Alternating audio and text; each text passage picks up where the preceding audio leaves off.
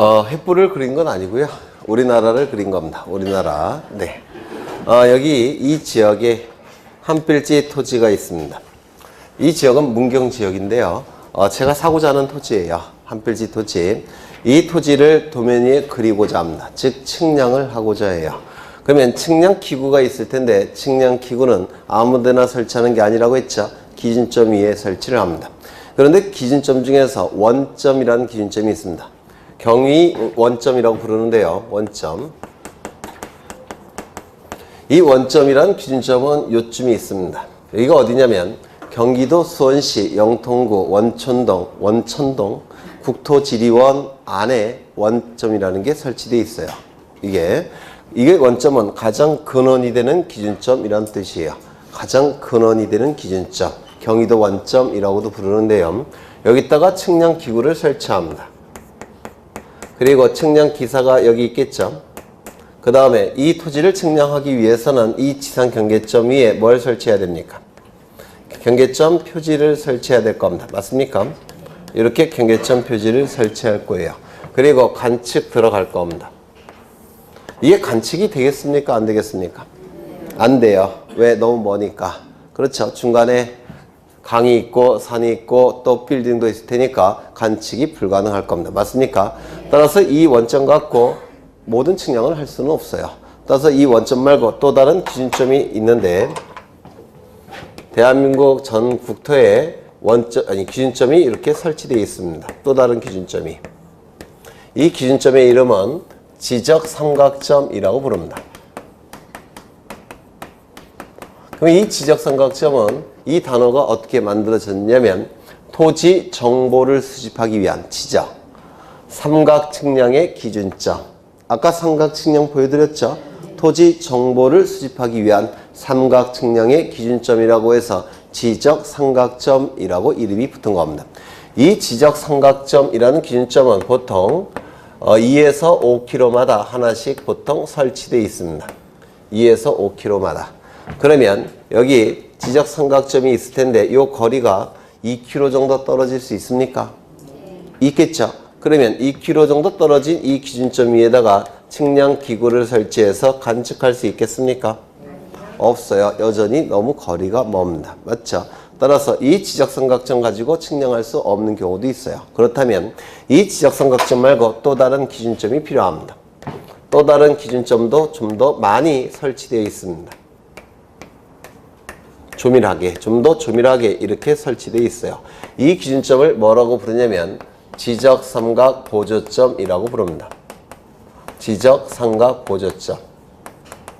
이 개념은 토지 정보를 수집하기 위한 삼각 측량의 보조가 되는 기준점이란 뜻이에요. 토지 정보를 수집하는 삼각 측량의 보조가 되는 기준점, 지적삼각 보조점이라고 부르는데 이 지적삼각 보조점은 보통 1에서 3km마다 하나씩 설치되어 있습니다. 그러면 여기에 측량 기구를 설치한 다음에 측량 들어갈 텐데 이 거리가 1km 정도 떨어질 수도 있습니까? 그럼 1km 정도 떨어졌다면 관측할 수 있을까요? 이것도 불가능해요. 1km 정도는 상당히 거리가 있는 거죠. 따라서 이 기준점 말고 또 다른 기준점이 필요합니다. 또 다른 기준점이 설치되어 있습니다. 이 또 다른 기준점은 더 많이 설치되어 있을 거예요. 이 기준점을 뭐라고 부르냐면 지적도의 뿌리가 되는 기준점이라고 해서 지적도 근점이라고 부릅니다. 근자는 뿌리 근자를 써요. 지적도의 뿌리가 되는 기준점이라고 해서 지적도근점이라는 기준점이 존재합니다. 이 지적도근점이라는 기준점은 보통 50에서 300m마다 설치되어 있습니다. 요즘은 측량 기구가 성능이 좋으니까 50m 정도 떨어지면 이거 측량이 가능합니다. 여기서 이렇게 측량 기구 설치하겠죠. 그리고 관측할 수가 있을 겁니다. 근데 한 300m 떨어져 있다면 이거 관측하기 힘들겠죠. 맞습니까? 그렇다면 어쩔 수 없이 주변에 새로운 기준점을 먼저 설치한 다음에 토지를 측량 들어가야 될 겁니다. 주변에 기준점이 없다면 이거 이해가 되실까요? 기존에 있는 기준점을 사용해서 측량 들어가겠지만 주변에 기준점이 없다면 먼저 기준점을 설치한 다음에 그 다음에 측량 들어가야만 될 겁니다. 이거 이해가 되실까요? 그렇죠. 이런 기준점을 뭐라고 부르냐면 지적 기준점이라고 부릅니다.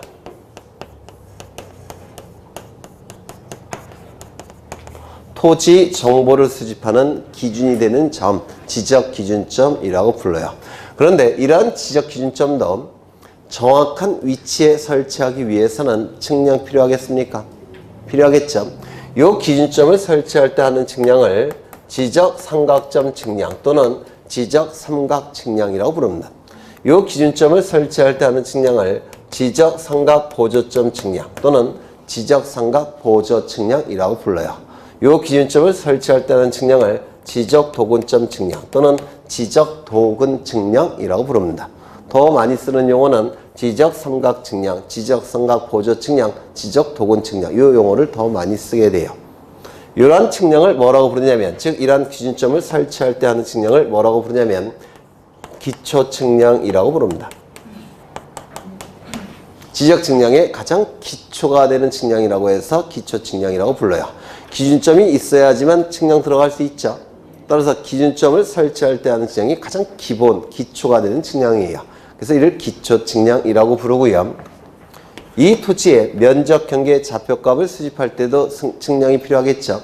이 토지의 면적 경계 좌표라는 세부적인 정보를 수집할 때 하는 측량을 세부 측량이라고 부릅니다. 즉 면적 경계 좌표값을 수집할 때 하는 측량을 세부적인 정보를 수집한다고 해서 세부 측량이라고 불러요. 이 두 개의 측량을 통틀어서 지적 측량이라고 부릅니다.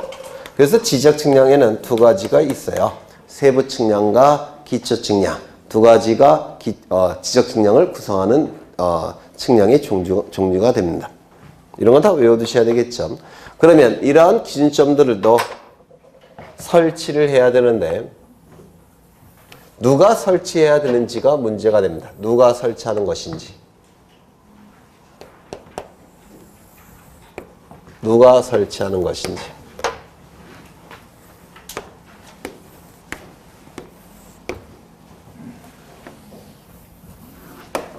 먼저 설치는 누가 하는 것인지. 설치는 전부 다 지적소관청이 설치합니다. 자신의 시군구 안에 들어와 있는 기준점들은 지적소관청이 알아서 설치해야 돼요. 전부 다 지적소관청이 설치합니다. 지적소관청이 설치를 하게 됩니다. 그러면 이런 기준점들을 설치할 때 측량 들어가야 된다고 했죠. 그 측량을 통해서 만들어진 자료들이 있겠죠. 맞습니까? 이 자료들을 뭐라고 부르냐면 측량성과라고 불러요. 측량성과. 그래서 지적 삼각점을 설치할 때 나온 자료들을 지적 삼각 측량성과, 도근점을 설치할 때 나온 자료들을 뭐라고 했죠? 도근점, 지적 도근점 측량성과, 지적 삼각 보조점을 설치할 때 나오는 자료들을 지적 삼각 보조점 측량성과 이렇게 부릅니다. 이 측량성과들을 누가 측량성과나 측량 기록들을 누가 보관하고 관리하는지가 문제가 됩니다. 지적 도근점 측량성과와 측량 기록들은 지적소관청이 보관하고 관리를 합니다. 지적 삼각 보조점 측량성과와 측량 기록들도 지적소관청이 보관하고 관리를 하게 돼요. 그런데 지적 삼각점 측량성과는 2에서 5km마다 설치가 되어 있기 때문에 이게 범위가 광범위해요. 범위가 광범위하다 보니까 여러 개의 시군구에 이용될 수가 있습니다. 여러 개의 시군구에 걸칠 수가 있어요. 따라서 지적 삼각점 측량성과는 여러 개의 시군구와 관련되어 있기 때문에 지적소관청이 관리할 수가 없습니다. 여러 개의 시군구를 아우르는 누가 관리해야 될까요? 시도지사가 관리를 하게 됩니다. 이거 이해가 되십니까? 따라서 지적 삼각점 측량성과 측량 기록들은 시도지사가 보관하고 관리를 하게 됩니다.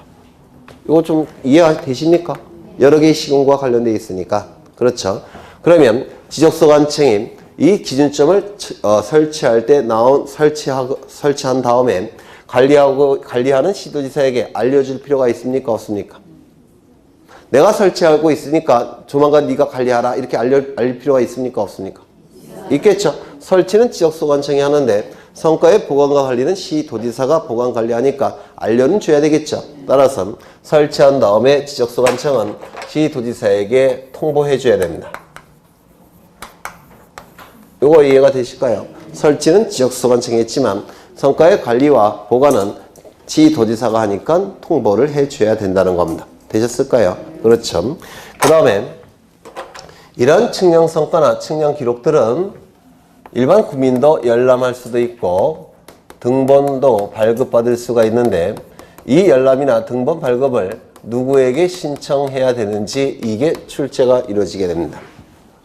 열람이나 등본 발급을 누구에게 신청하는지 보관하고 있는 자에게 신청해야 되겠죠. 맞습니까? 그러면 이거 누가 보관하고 있습니까? 지적소관청에게 신청해야 될 겁니다. 이거는요. 지적소관청에게 신청을 해야 될 겁니다. 이거는요. 시도지사에게 신청을 해야 됩니다. 맞습니까? 그렇다면 지적삼각점 측량성과와 측량기록에 열람이나 발급을 신청할 때는 시청 소재지, 도청 소재지까지 구태여 가야 됩니까? 국민의 편의를 위해서 가까운 행정구역인 시군구역에도 신청할 수 있도록 해야 되겠죠. 또한 이러한 측량성과와 측량기록들은 전부 다 컴퓨터 파일 형태로 되어 있어요. 국가기관 간에 전산망이 다 연결되어 있죠. 그리고 국민의 편의를 위해서 지적삼각점 측량성과 측량기록은 시도지사에게 신청하는 것이 원칙이지만 전산망이 다 연결되어 있고 국민의 편의를 위해서 누구에게도 신청할 수 있을까요? 지적소관청에게도 신청할 수 있게끔 만들어 놨습니다. 이걸 기억해 두셔야 돼요. 이거를 왜 기억해 두셔야 되냐면 개정사항입니다. 개정사항이라서 기억해 두셔야 됩니다. 그래서 좀 수준이 높긴 하지만 나중에 반복할 거니까 미리 알아두시면 좋을 것 같아요. 네. 되셨을까요? 그러면 책을 보겠습니다. 제2절 측량의 기준 나와 있는데요. 110쪽 측량의 기준이 나와 있는데 거기 1번과 2번은 책의 완결성을 위해서 넣은 것 같고 오른쪽을 보시면 지적기준점 요거부터 보시면 돼요. 지적기준점은 세 가지가 있죠. 지적삼각점, 지적삼각보조점, 지적도군점이라는 게 있습니다. 이 원점이라는 기준점은 지적기준점은 아니에요. 원점은 국가기준점이라고 불러요. 원점을 국가기준점. 그래서 이 세 가지 지적기준점을 암기하셔야 됩니다. 지적기준점은 어떤 게 있다고요? 지적삼각점, 지적삼각보조점, 지적도군점. 그렇죠. 그 다음에 지적측량의 구분과 방법 나와 있는데 기초측량은 세 가지 측량이 있다고 했죠. 지적삼각점, 지적삼각측량, 지적삼각보조측량, 지적도군측량 세 가지가 있다고 했죠. 네, 한 페이지 넘겨보시면 기초측량의 실시기준은 모르셔도 돼요. 세부측량, 면적, 경계, 좌표값을 수집하기 위한 측량을 세부측량이라고 봤습니다. 여기서 기억해 두셔야 될 게 아까 보신 지적 확정 측량과 지적 현황 측량은 꼭 기억해 달라고 부탁드렸죠. 네. 그 다음에 지적 측량의 방법 6가지가 나와 있죠. 평판 측량, 전자 평판 측량, 경위 측량, 정파기, 강파기 측량, 사진 측량, 위성 측량 설명이 됐고요. 그 안에 있는 내용은 모르셔도 돼요. 아, 이런 게 있다라고만 생각하시면 됩니다. 그 다음에 지적 측량의 절차 나와 있는데 요거 거기 책에 오류가 있는데 거기 113쪽을 보시면 지적 측량 수행자의 지적 측량을 의뢰한다 이렇게 돼 있죠. 그 지적 측량 수행자는 거기 1번, 2번이 있죠. 1번은 뭡니까? 지적 측량 업자. 2번은 뭐죠?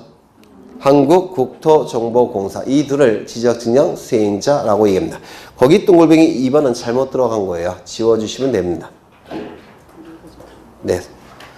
거기 한국국토정보공사 밑에 동글뱅이 2번에 지적 측량 의뢰서 제출 이렇게 나와 있으니까 이건 오타예요. 지워주시면 될 테고요.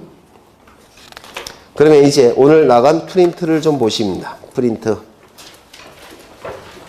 오늘 나간 프린트 PC죠. 이거 어디 여기 113쪽에 붙여 넣으셔요. 네, 113쪽에 붙여 넣으십니다. 이 지적측량 절차, 측량에서 가장 많이 출제되는 부분이에요. 주로 지적측량은 이 프린트에서 주로 출제가 됩니다. 지적측량 절차, 주로 여기서 출제가 돼요. 지적측량을 의뢰하는 자가 있겠죠. 이를 의뢰인이라고 부를 겁니다. 지적측량을 의뢰하는 자가 있을 겁니다. 그러면 이 의뢰인이 누구에게 의뢰를 할까요? 지적측량 수행자에게 의뢰할 겁니다. 맞습니까? 지적측량 수행자는 둘이 있죠. 한국국토정보공사와 지적측량업자가 있다고 했죠. 이 지적측량을 의뢰하는 자는 지적측량 수행자에게 지적측량을 의뢰할 텐데 세상에 공짜는 없죠. 당연히 수수료를 지급해야 될 겁니다. 다만 의뢰할 수 없는 지적측량이 두 가지가 있어요. 첫 번째, 검사측량. 왜 검사측량은 수행자에게 의뢰할 수 없을까요? 네? 국가기관이 하는 측량이죠. 수행자가 하는 측량이 아닙니다. 국가기관이 하는 측량이에요. 따라서 수행자에게 의뢰하게 되면 수행자는 이거 내가 하는 게 아니니까 절로 가라 이렇게 저기 할 겁니다. 미룰 겁니다. 맞습니까? 따라서 검사 측량은 의뢰할 수가 없습니다. 두 번째, 지적 제조사 측량이라는 것도 의뢰할 수가 없습니다. 지적 제조사 측량. 시간이 많이 흘러가면 실제 토지의 경계와 도면 위의 경계가 일치하지 않는 경우가 굉장히 많이 발생할 수도 있어요. 토지가 분할과 합병이 반복되다 보면 그럴 수 있겠죠. 시간이 한 10년, 20년, 30년이 흘러가면 토지가 분할 합병이 반복되다 보니까 도면상의 경계와 지표상의 경계가 많은 토지가 일치하지 않는 경우가 있어요. 그런 때는 이 전면적인 제조사 사업을 해서 도면을 완전히 다시 그리게 돼요. 그때 하는 측량이 지적 제조사 측량인데요. 이 지적 제조사 측량은 일개 개인이 의뢰하는 측량이 아니라 국가의 정책에 의해서 국가가 의뢰하는 측량입니다. 그러면 개인이 의뢰할 수 있습니까? 없습니까? 없어요. 국가의 정책적 이유에 의해서 국가가 의뢰하는 측량이기 때문에 개인이 의뢰할 수 있는 측량 자체가 아닙니다. 따라서 제조사 측량도 의뢰할 수가 없습니다. 이 두 가지 측량 꼭 기억하셔야 됩니다. 검사 측량과 지적 제조사 측량은 의뢰할 수 있는 측량이 아닙니다. 검사 측량은 수행자가 할 수 있는 측량이 아니니까, 제조사 측량은 개인이 의뢰하는 측량이 아니니까 두 개의 측량은 의뢰가 불가능합니다. 그러면 의뢰를 받은 이 두 가지 측량을 제외한 나머지 측량은 의뢰받을 수 있죠. 그러면 측량이 의뢰가 되면 지적 측량 수행자는 그 의뢰받은 측량을 어떻게 수행할지 계획을 세워서 서류를 작성해서 지적소관청에게 제출하는데 언제까지 제출한지를 꼭 기억하셔야 돼요. 의뢰를 받은 그 다음날 꼭 기억하셔야 됩니다. 그 다음날. 의뢰를 받은 다음날까지 제출합니다. 3일 이내에 당일 이렇게 출제합니다. 그 다음날까지 제출합니다. 누구에게? 지적소관청에게. 시도지사에게 제출한다. 이렇게 출제합니다. 그래서 두 가지를 기억하셔야 돼요. 그 다음날까지 지적소관청 이 두 개를 꼭 기억해 두셔야 됩니다. 되셨을까요? 제출이 이루어지면 이제 지적측량 수행자는 본격적으로 지적측량을 실시하게 되는데 이 지적측량 실시와 관련해서 가장 중요한 것은 기간입니다. 시험과 관련해서. 왜 기간을 자꾸 물어보느냐면 기간에 따라서 수수료가 결정되기 때문에 그래요. 우리 공간정보법은 특이하게 돈에 관한 문제를 자주 출제해요. 수수료에 관한 문제를. 그래서 이 기간에 따라서 수수료가 결정되니까 이 기간을 자주 물어보는데요. 의뢰인과 수행자 간의 기간에 대해서 합의하는 경우가 있을 겁니다. 맞습니까? 20일 내에 좀 끝내달라 이렇게 부탁하면 수행자가 알았다, 20일 내에 내가 꼭 끝내겠다 이렇게 답하는 경우가 있겠죠. 이렇게 기간에 대해서 합의가 이루어지는 경우가 있는데 이를 합의 업무라고 부릅니다. 합의 업무. 이 합의 업무의 경우에는 합의 기간의 4분의 3은 측량 기간으로 사용하는 것이고 합의 기간의 4분의 1은 검사 기간으로 사용하게 됩니다.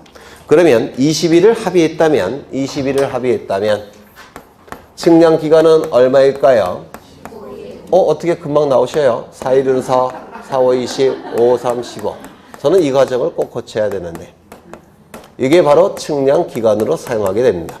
그러면 검사 기간은 얼마를 쓰겠습니까? 4분의 1, 4일은 4, 4, 5, 20, 그래서 5일.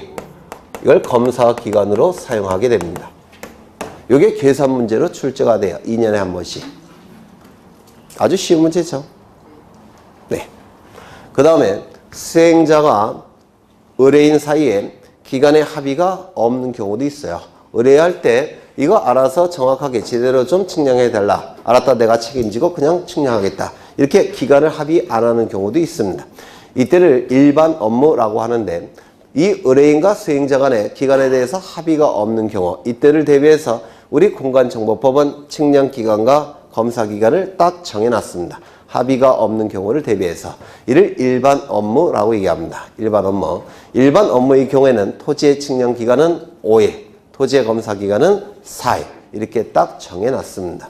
합의가 없는 경우를 대비해서. 그렇다면 이 토지는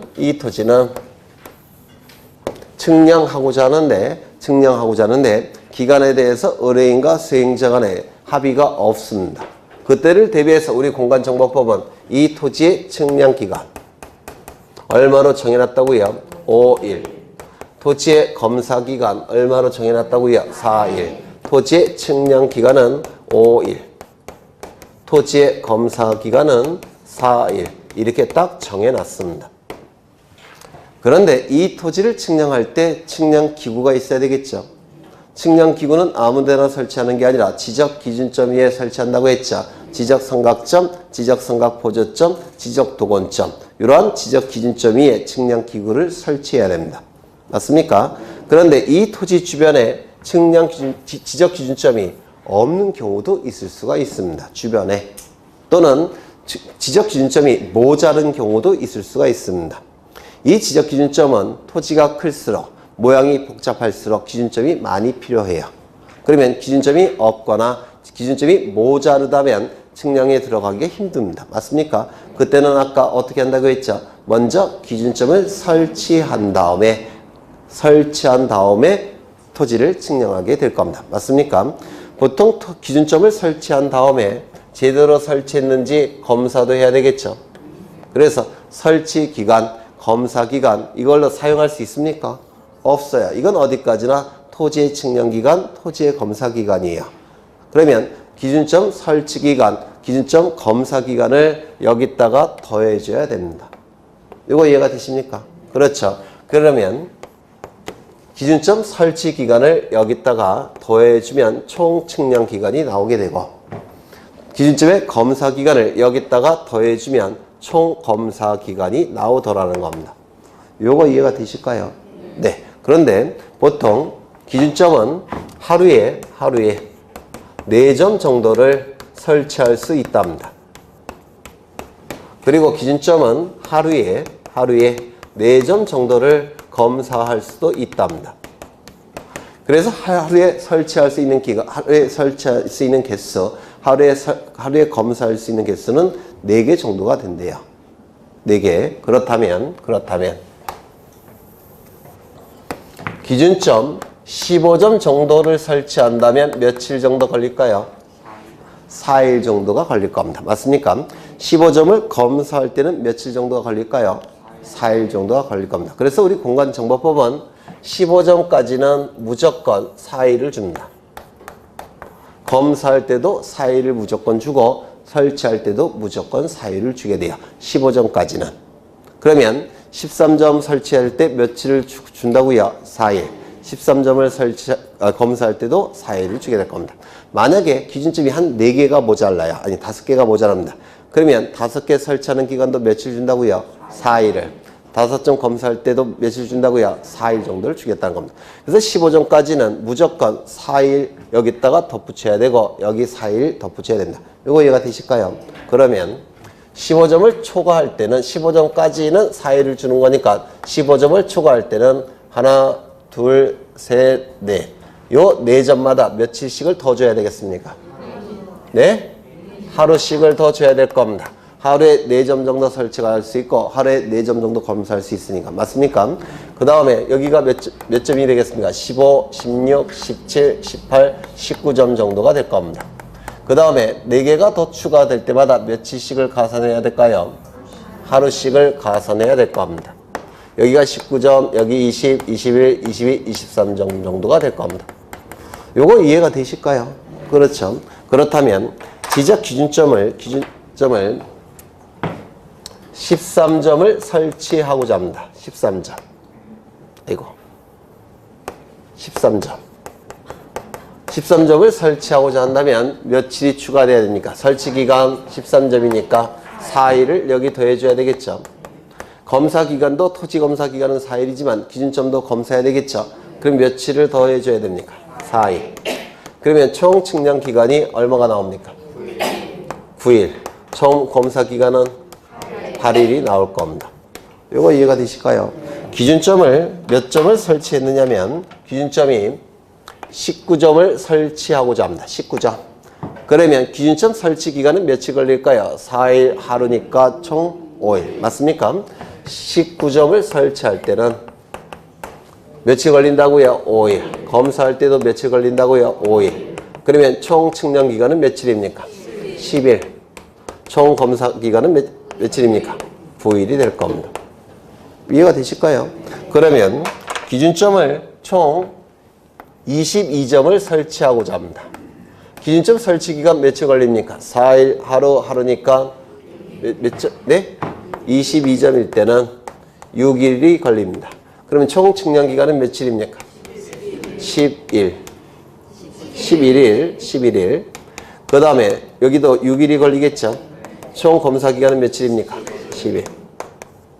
이렇게 계산이 나옵니다. 그래서 이걸 일반 업무의 지적 기준점을 설치할 때 걸리는 기간인데요. 합의 업무와 일반 업무가 계산 문제가 번갈아 가면서 출제합니다. 번갈아 가면서. 어렵진 않죠? 그렇죠. 그러면 지적 측량 실시와 관련해서 이 기간이 중요한데요. 프린트를 보시면 합의 업무의 경우에는 합의 기간의 4분의 3은 측량 기간, 4분의 1은 검사 기간. 그리고 일반 업무의 경우에 토지의 측량 기간은 며칠? 5일. 토지의 검사 기간은 며칠? 4일. 지적 기준점을 토지 주변에 설치할 때는 15점까지는 무조건 며칠을 가산해 준다고요? 4일. 그렇죠. 여기서 15점까지예요. 까지니까 이하라는 문구를 기억하셔야 돼요. 자꾸 15점 미만으로 출제합니다. 미만이 아니라 이하. 그럴 수밖에 없는 게 원래 측량기간, 검사기간 어디 갔어? 하루에 4점 정도를 설치할 수 있다고 했죠. 그러면 4점이니까 4일이면 16점 아닙니까? 그 15점 안에도 당연히 포함되는 거예요. 15점도. 그래서 요 이하를 기억하셔야 되고, 그러면 거기 15점까지니까 그 밑에는 15점 초과라는 단어가 나와야 되겠죠. 이것도 기억하셔야 돼요. 자꾸 이상이라는 단어로 출제합니다. 그래서 거기 이하, 초과 꼭 기억하셔야 돼요. 동그라미 쳤습니까? 15점을 초과할 때는 매 4점마다 며칠씩을 가산한다고요? 하루씩을 가산하게 될 겁니다. 이 그림을 이해하시면 그다지 어려운 내용은 아니에요. 이해가 안 되시면 이게 뭔 말인지 주문 외우는 것 같겠지만, 네. 그 다음에 이 측량이 이루어지게 되면 이제 지적 측량의 성과가 결정이 돼야 되는데, 성과를 결정하기 위해서는 원칙적으로 검사 측량을 거쳐야 됩니다. 따라서 성과에 관한 각종 자료를 지적소관청이나 시도지사에게 제출하게 되면 시도지사나 지적소관청은 검사 측량을 하게 됩니다.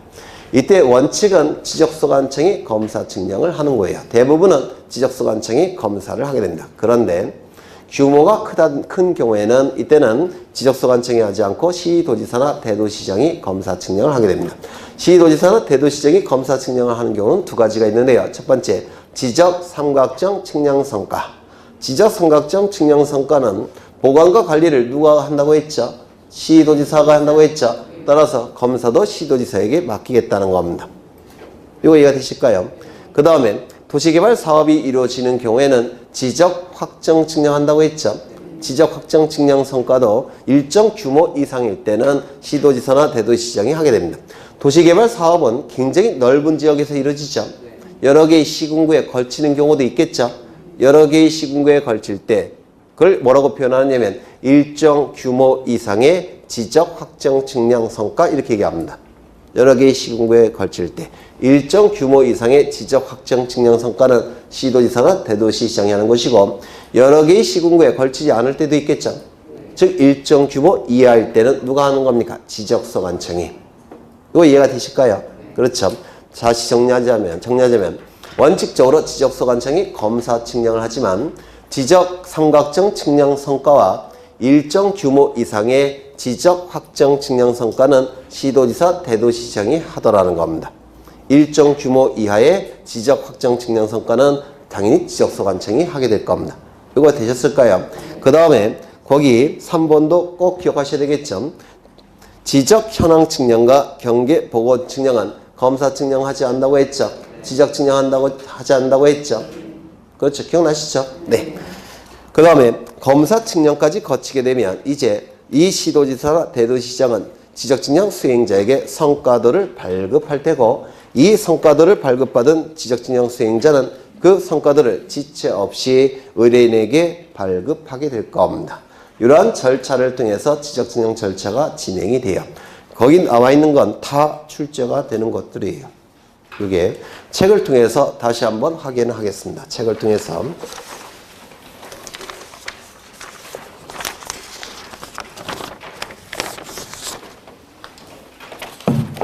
113쪽을 보시면 거기 양가로 1번에 두째 줄 보시면 다만이라는 문구 있습니까? 있죠. 밑줄 지적, 지적 측량 성과를 검사하는 경우와 지적 제조사에 관한 특보법에 따른 지적 제조사 사업에 따라서 토지 이동이 있는 경우에는 이때 하는 측량이 뭡니까? 지적 제조사 측량이 되겠죠. 이때는 의뢰할 수 있습니까? 없습니까? 없습니다. 검사 측량과 지적 제조사 측량은 의뢰할 수 없다고 했죠. 그렇죠. 그 다음에 수행자는 둘이 있다고 했는데 지적 측량업자와 한국국토정보공사가 있죠. 거기 지적 측량업에 등록을 한 자가 지적 측량업자예요. 등록은 누구에게 한다고요? 시도지사에게 등록한다고 했죠. 시도지사에게 등록하게 될 겁니다. 거기 밑에 양가로 2번을 보시면 지적 측량 수수료 내야 된다고 했죠. 세상에 공짜는 없으니까 넘기겠습니다. 의뢰를 받게 되면 지적 측량 수행자는 두째 줄에 그 다음 날까지 지적소관청에게 제출한다고 했죠. 무엇을? 지적 측량 수행 계획서를. 그래서 그 다음 날까지 밑줄, 지적소관청 밑줄. 114조 거기 맨 위에 양가로 1번에 지적 측량 수행 계획서 제출이 있죠. 거기 두째 줄에 그 다음 날까지 밑줄, 지적소관청 밑줄 꼭 기억하셔야 돼요. 그 다음에 거기 양가로 2번에 지적공부 등의 전산자료 제공이 있는데 거기 첫째 줄부터 두째 줄까지 밑줄 지시입니다.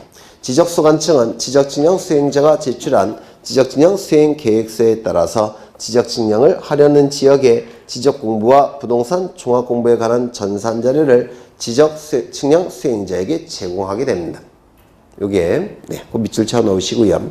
그 다음에 지적측량 기간과 검사기간 나와 있죠. 일반 업무는 측량기간 며칠? 5일. 검사기간 며칠? 4일. 다만 지적기준점을 설치하여 측량하는 경우에는 지적기준점 15점까지는 며칠을 추가한다고요?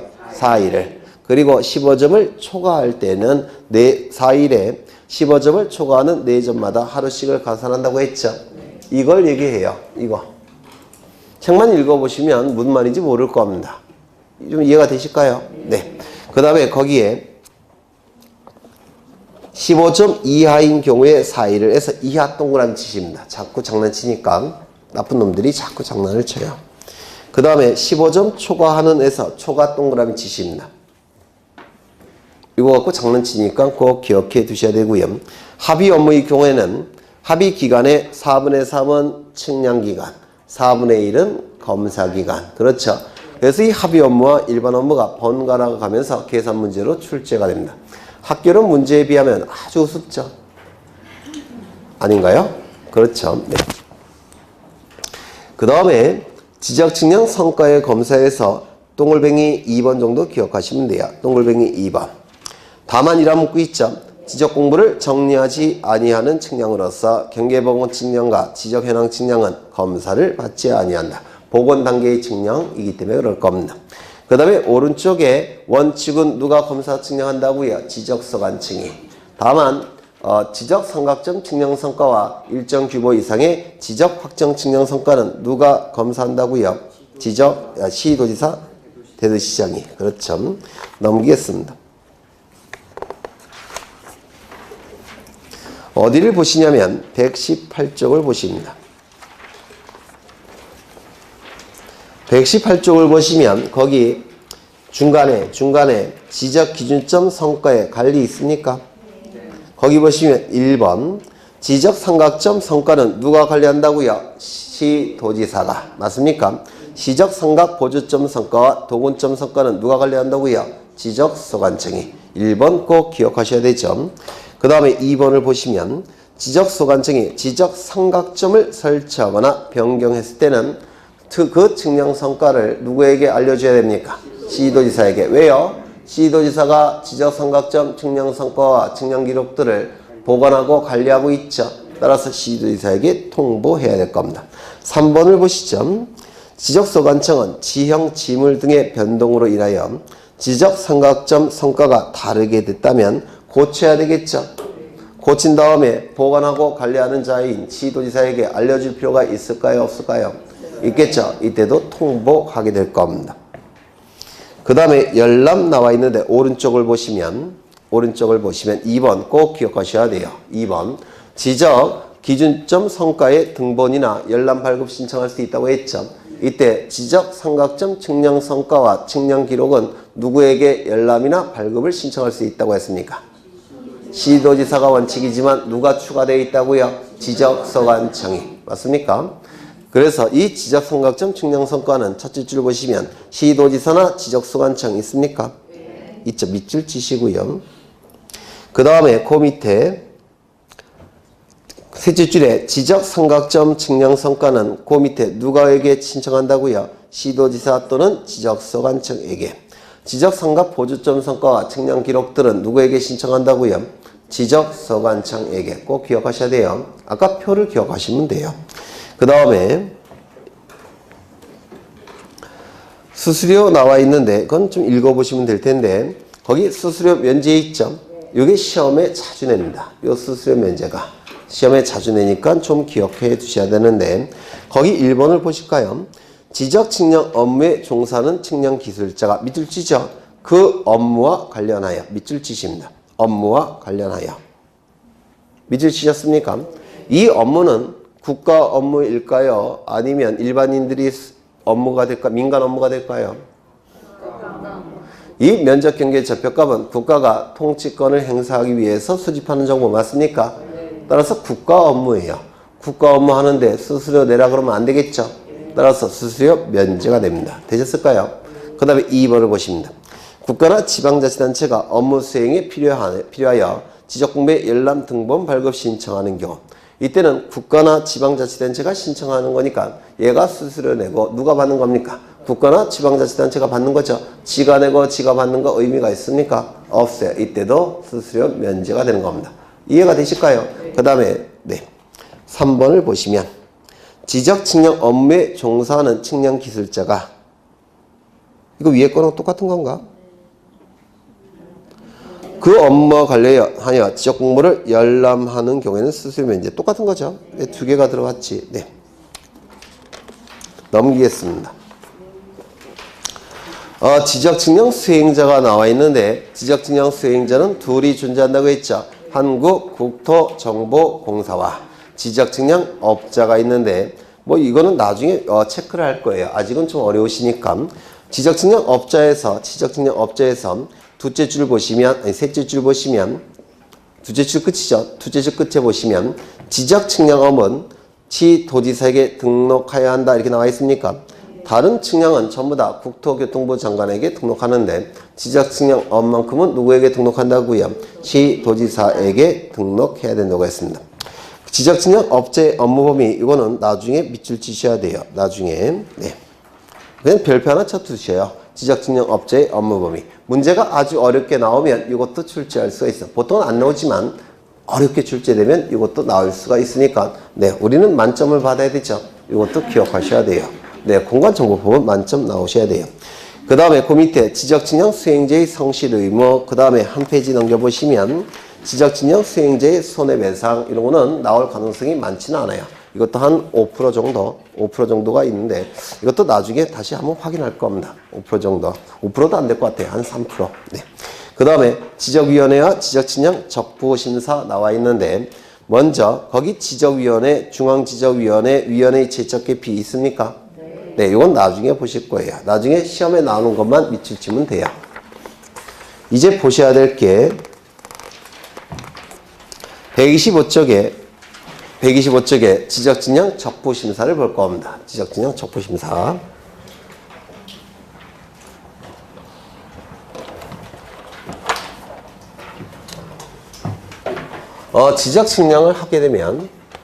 지적 측량을 하게 되면 그 결과물들이 나오겠죠.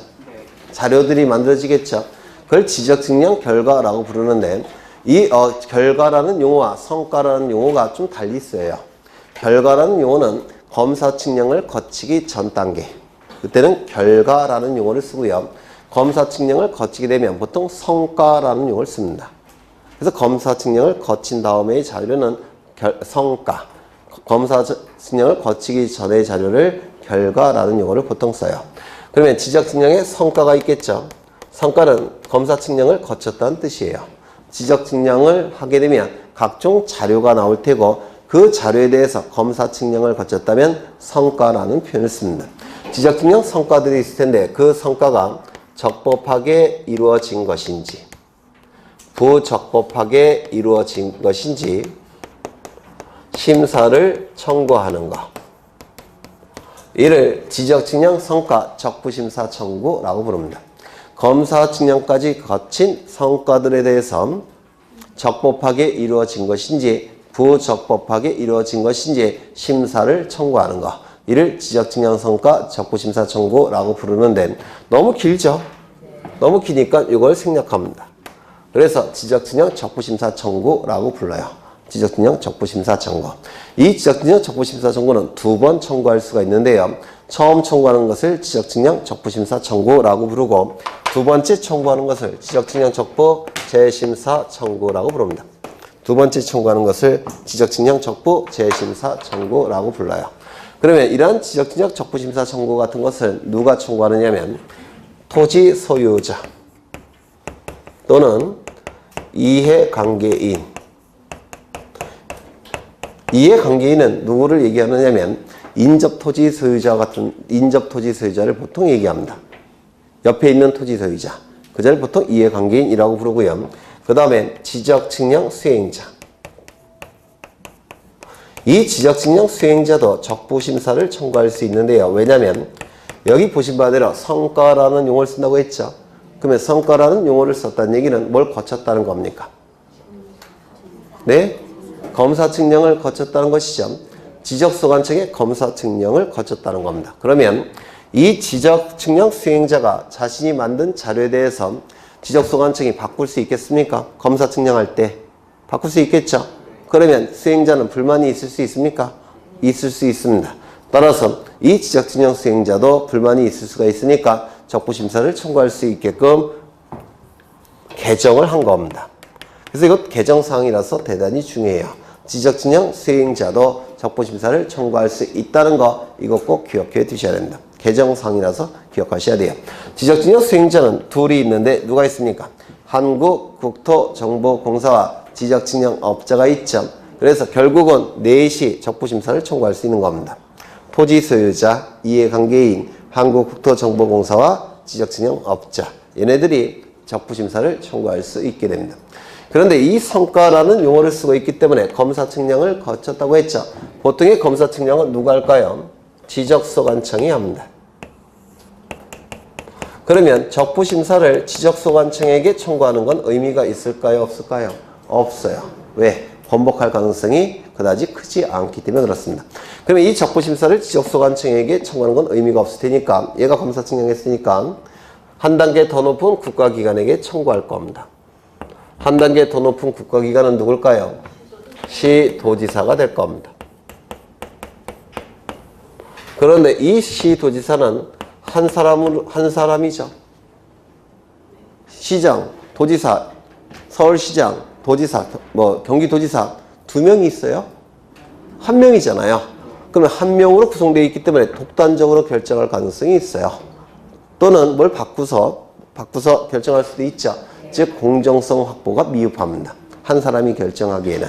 따라서 공정성을 확보하기 위해선 시도지사 소속하에 지방, 지적, 지방지적위원회를 설치해 놓습니다. 요 지방지적위원회에서 적부심사를 결정하는 겁니다. 공정성 확보를 위해서. 이거 이해가 되십니까? 그러면 이 적부심사 청구는 누구에게 청구해야 될까요?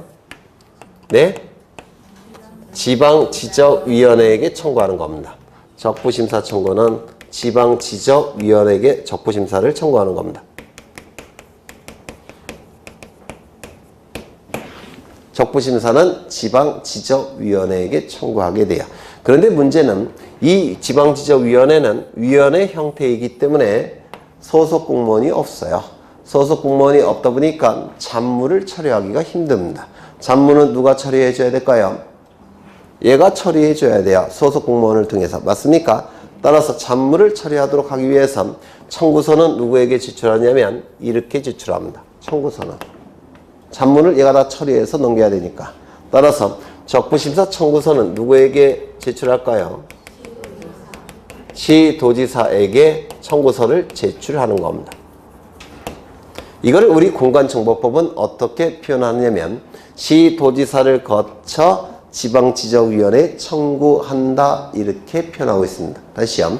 시도지사를 거쳐 지방지적위원회에 청구한다 라고 표현합니다. 요 의미를 되셨을까요? 대통령령에서는 어떻게 표현하냐면 시도지사를 거쳐 지방지적위원회에 제출한다 이렇게 표현합니다. 시도지사를 거쳐 지방지적위원회에 제출한다. 시도지사를 거쳐 이게 핵심 문구예요. 그러면 다시요. 법률에서는 어떻게 규정되어 있냐면 시도지사를 거쳐 지방지적위원회에 청구한다. 대통령령에서는 시도지사를 거쳐 지방지적위원회에 제출한다. 두 개 다 기억하셔야 됩니다. 어느 걸로 출제될지 모르니까. 그렇겠죠? 그러면 청구서는 누구에게 제출됐습니까? 시도지사에게. 그러면 시도지사는 30일 이내에 지방지적위원회에게 30일 이내에 회부합니다. 회부를 받은 지방지적위원회는 60일 동안 열심히 심의하고 의결을 합니다. 의결이 이루어지기 위해서는 위원회 위원 과반수 이상이 출석해야 되고 위원회 위원 과반수 이상이 찬성해야지만 의결이 이루어지게 돼요. 그런데 그런데 사안이 복잡할 수도 있겠죠. 맞습니까? 사안이 복잡한 경우, 즉 부득이한 사유가 있는 경우는 의결로서 30일을 넘지 않는 범위 내에서 한 번만 연장이 가능합니다. 의결로서. 연장 결정은 시도지사가 결정하는 것이 아니라 위원회가 의결로서 결정을 하는 겁니다. 그러면 최장 기간은 며칠이 될 수 있습니까? 90일이 될 수가 있을 겁니다. 이해가 되실까요? 네, 되시죠? 그러면 의결이 이루어졌다면 가지고 있을 필요는 없겠죠? 지체 없이 송부할 테고 송부를 받은 시도지사는 통지해 줍니다. 7일 이내에 통지를 하게 돼요.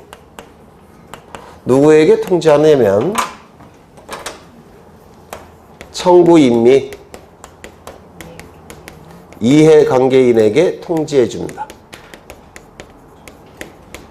요 이해관계인은 무슨 뜻이냐면 소유자가 청구했다면 둘이 이해관계인이에요. 인접토지 소유자가 청구했다면 둘이 이해관계인이 됩니다. 수행자가 청구했다면 둘이 이해관계인이에요. 그래서 이 이해관계인과 이 이해관계인은 의미가 달라요. 결국은 전원에게 통지해야 된다는 뜻이에요. 따라서 이걸 자꾸 물어봅니다. 청구인 또는 이해관계인이 아니라 청구인 및 이해관계입니다. 이것도 기출지문이에요. 또는이라고 한다면 전원이 안 되겠죠. 전원으로 만들어야 되니까 밑이어야 됩니다. 한번 출제된 적이 있어요. 정말로 나쁜 놈들이죠. 출제하는 놈들이. 뭐 대비해야 되겠죠. 네. 그러면 이제 통지를, 이것도 기억하셔야 돼요. 7일 이내 자주 출제되는 숫자예요. 통지를 받았다면 이제 다시 한번 청구할 것인지, 즉 재심사를 청구할 것인지 아니면 그냥 받아들일 것인지 고민해 봐야 되겠죠. 고민할 수 있는 시간은 90일입니다.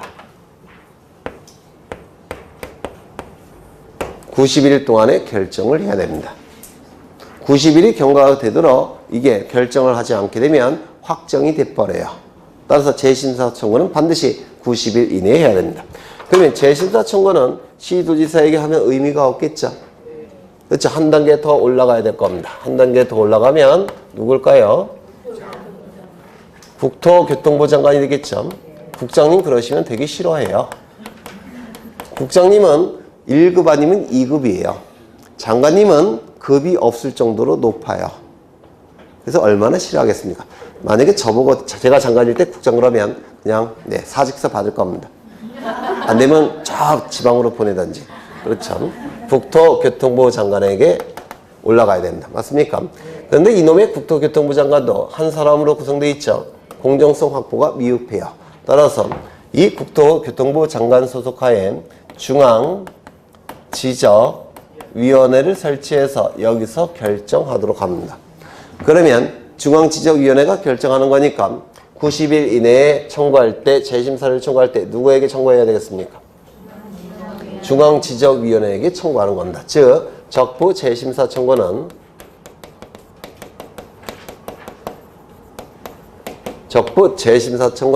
중앙지적위원회에 청구합니다. 근데 이 위원회는 소속 공무원이 없어요. 그래서 잡무를 처리하기가 힘듭니다. 따라서 마찬가지로 이거는 청구서는 이렇게 제출합니다. 국토교통부 장관에게 적부 재심사 청구서를 제출하는 겁니다. 이거를 우리 공간정보법은 어떻게 표현하고 있느냐면 국토교통부 장관을 거쳐 중앙지적위원회에 청구한다. 대통령령에서는 국토교통부 장관을 거쳐 중앙지적위원회에 제출한다. 두 개 다 기억하셔야 돼요. 법률과 대통령령 두 개 다 기억하셔야 돼요. 그러면 청구서가 이쪽에 제출됐으면 30일 이내에 회부해야 되겠습니까? 30일 이내에 회부합니다.